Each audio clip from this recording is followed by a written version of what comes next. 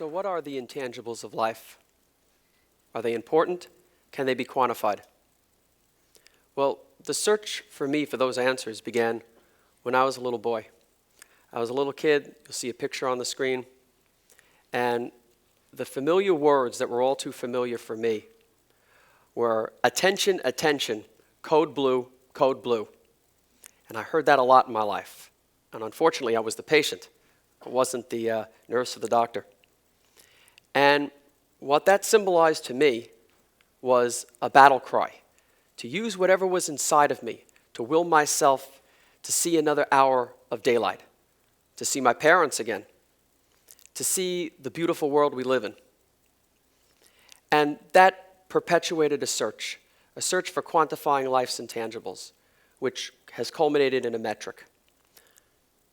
When I was 6 years old, people think kids are not very observant, particularly in the field of medicine.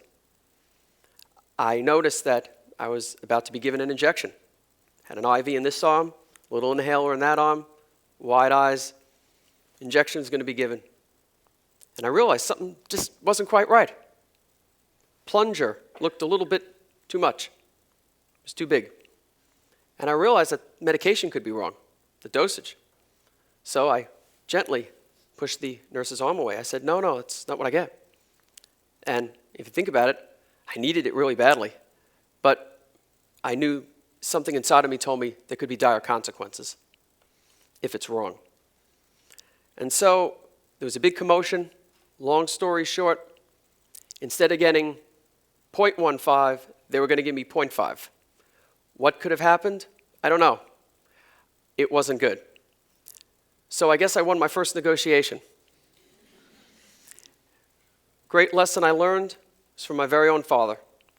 He might have been Dr. Lawrence Rocks to the rest of the world. To me, he was Dad. He was my savior. He was the sun, the moon, the earth, and the stars to me. He's here today watching me talk. And what he taught me was not only how to be a dad, he taught me how to be a leader. Because the most important thing he did, whether he was on TV that morning, when he was coming home from Washington, when he was coming home from an oil rig in New Orleans, he would come to that hospital, stick his head in the tent, say hi to me, and try to play chess with me. And it wasn't a look of pity. It was a look of compassion and a look that I was a winner. And that's the greatest gift any parent can give a child. Then there was my mom, who's here watching me. And she would make me those little saltine cracker sandwiches with the Concord grape jelly. And while that wasn't my Grandma Fanny's Viennese cooking, it was great because I was feeling good enough. I was happy enough to enjoy those sandwiches. And so what was I learning subconsciously? I was learning about the intangibles of life. It didn't matter how I moved the chess pieces on the board with my dad. It didn't matter if he kicked my butt or not. It was the idea that I was well enough to play the game of chess, to play the game of life. And that's why we're here today. Because what I want to spread to the younger generation is we live in a world of testing. We give a kid an IQ test. I remember my IQ test, not for the reasons you think, but because they had to disconnect the IV so I could go into the city, because we're going back a ways, and I could get the IQ test at the NYU psychology department. And I was huffing and puffing, not feeling well from the asthma that I was suffering from. And that lady was terrific. Afterwards, she patted me on the head like you would a little kid. My parents were happy for about 1 second. We get in the elevator to go down. I'll never forget this. And I'm choking. Next thing I know, I'm back in the hospital. So in a nation where we've got to disconnect an IV to give a kid an IQ test, because that's the most important thing ever, or we have to give grades, or we have to have the resume check, which is all fine and good, I offer something else in addition. We're a society of daily supplements. We take vitamins, they're pushed at us. Everything is a supplement. Well, how about a supplement to the old process, to the old guard?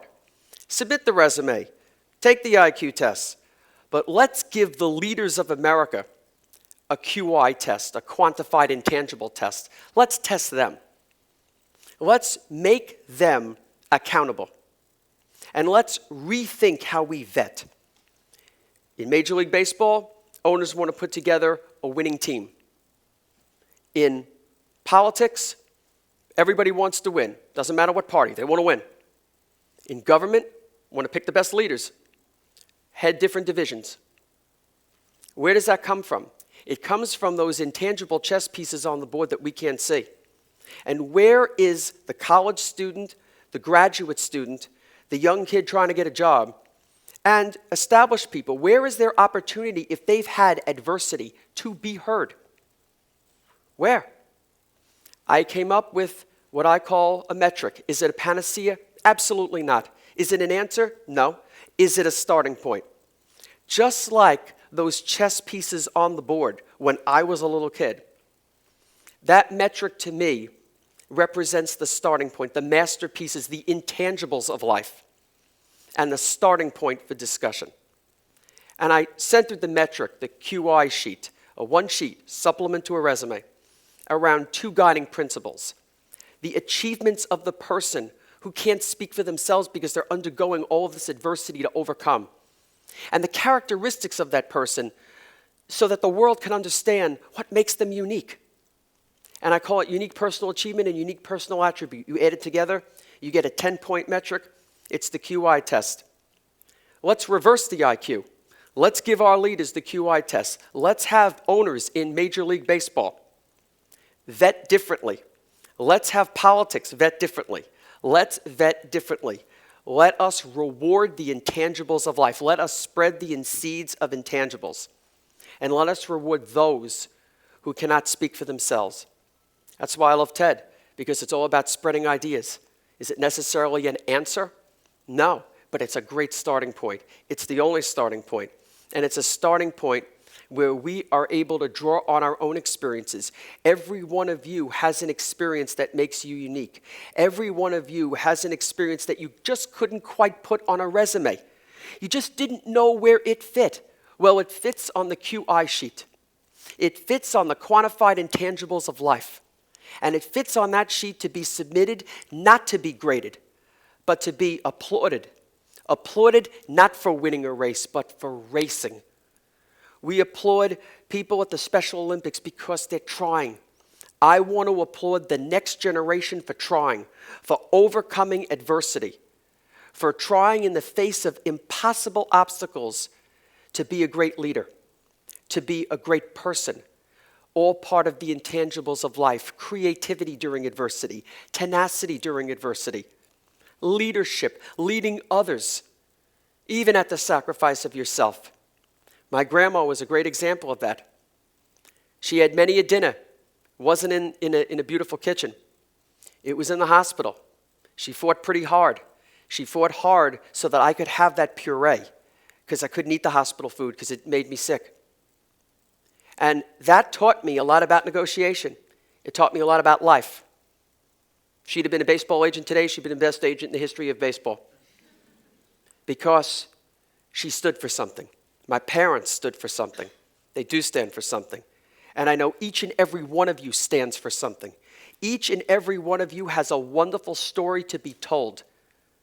And I hope that each of you, through the QI sheet, is able to tell your story to the world, to spread those intangibles, to spread the seeds of the intangibles, and one day to grow a beautiful forest amongst the trees of life.